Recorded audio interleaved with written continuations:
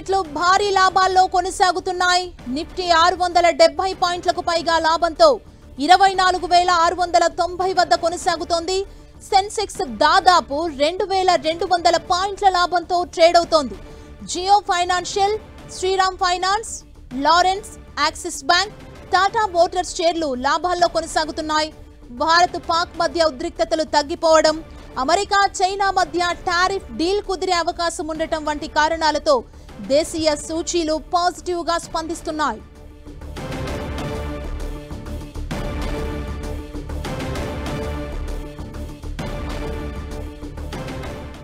ఇదే అంశానికి సంబంధించి ఈ సెన్సెక్స్ దూకుడుగా వెళ్తుంది. భారత్ పాక్ మధ్య ఉద్రిక్తత తగ్గడంతో మార్కెట్లకు జోష్ వచ్చిందని చెప్పారు. మార్కెట్ అనలిస్ట్ క్రాంతి బత్తిని గారు మనతో పాటు జాయిన్ అవుతున్నారు. నమస్తే అండి. నమస్తే మేడం. అంటే లాభాల్లో కొనసాగుతోంది, ఎలా చూడాలి? అంటే ఇదే రన్ కంటిన్యూ అయ్యే అవకాశం ఉందా?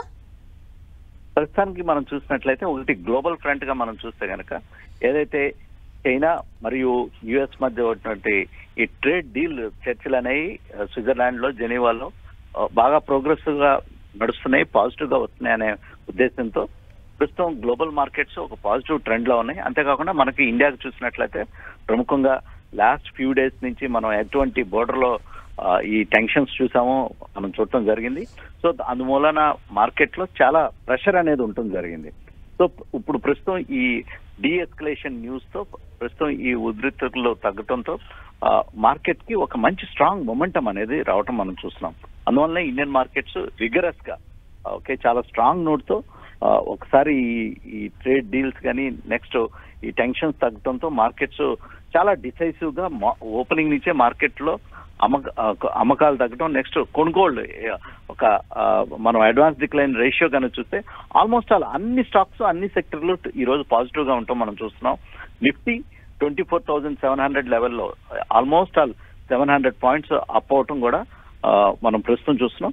ఈ ట్రెండ్ ఇట్లనే కొనసాగుతుందా అంటే ప్రస్తుతం ఏంటంటే foreign portfolio investors last 15 trading sessions కనుక చూస్తే కనుక ఇండియాలో మోర్ దాన్ 50,000 crores ఇన్వెస్ట్ చేయడం జరిగింది. సో ఇప్పుడు ఈ టెన్షన్స్ తగ్గన దృష్ట్యా ఫారెన్ పోర్ట్ఫోలియో ఇన్వెస్టర్స్ ఇట్లనే కంటిన్యూస్ బయింగ్ చేస్తే కనుక మార్కెట్ న్యూ టెరిటరీలో కూడా వెళ్ళడానికి అవకాశం ఉంది. కానీ ఏంటంటే ప్రస్తుతం మనం మార్కెట్ ఈ 24,000 లెవెల్ ని 24,500 లెవెల్ ని కనుక డిసైసివ్ గా నిలబెట్టుకుంటే కనుక మార్కెట్ లో ఇక్కడి నుంచి కూడా పాజిటివ్ ట్రెండే ఉండడానికి అవకాశం ఉంది. మనకి ఎర్నింగ్ సీజన్ ప్రస్తుతం ఆల్మోస్ట్ ఆల్ ఫ్యాగండ్ లో ఉంటుంది మనం చూస్తున్నాం.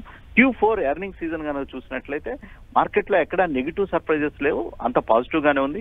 నెక్స్ట్ FY 24-25 ఎర్నింగ్ సీజన్ కూడా త్రూఅవుట్ ద ఇయర్ ఎర్నింగ్స్ కూడా చూస్తే కనుక ఎర్నింగ్ ట్రెండ్ మార్కెట్ నెగిటివ్ గా ఎజ్యూమ్ చేసినప్పటికీ మార్కెట్ లో కంపెనీస్ యొక్క ఎర్నింగ్స్ చాలా పాజిటివ్ గా రావడంతో ప్రస్తుతం మార్కెట్ ఆల్మోస్ట్ ఆల్ పాజిటివ్ టెరిటరీలో ఉండటం మనం ప్రస్తుతం చూస్తున్నాం.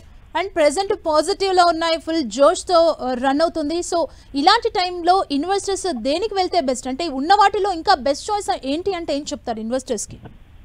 మనం చూసినట్లయితే మేడం ప్రస్తుతం సెక్టోరియల్ పరంగా చూస్తే domestic infra theme, industrial theme ఇప్పుడు ఏంటంటే ఈ ట్రేడ్ డీల్స్ జరిగిన ఇప్పుడు ఈ మేక్ ఇన్ ఇండియా అనేది చాలా ఇంపార్టెంట్ అంశం కింద మనం చూస్తున్నాం.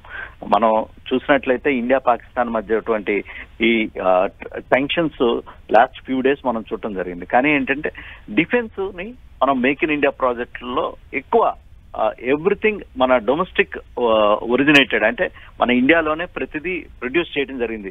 ఎక్కువ శాతం డిఫెన్స్ ఎక్విప్మెంట్ అంతా ఏదైతే మనకి అవసరం ఉందో. సో ఈ టెంప్లెట్ ఏదైతే మేక్ ఇన్ ఇండియా ఆత్మ నిర్భర్ భారత్ అనేది ఉందో అది మిగిలిన రంగాల్లో కూడా వెళ్ళడానికి అవకాశం ఉంది. సో ఇండస్ట్రియలైజేషన్ కానీ next US China trade deal జరిగినప్పటికీ ఫోకస్ అనేది ఎక్కువ యుఎస్ కూడా రానున్న రోజుల్లో ప్రస్తుతం ఆ చైనా మీద ఉన్నటువంటి డిపెండెన్సీ కొంచెం తగ్గించుకుని ఇంకా ఇండియా లాంటి నేషన్స్ మీద ఎక్కువ ఫోకస్ చేయడానికి అవకాశం ఉంది.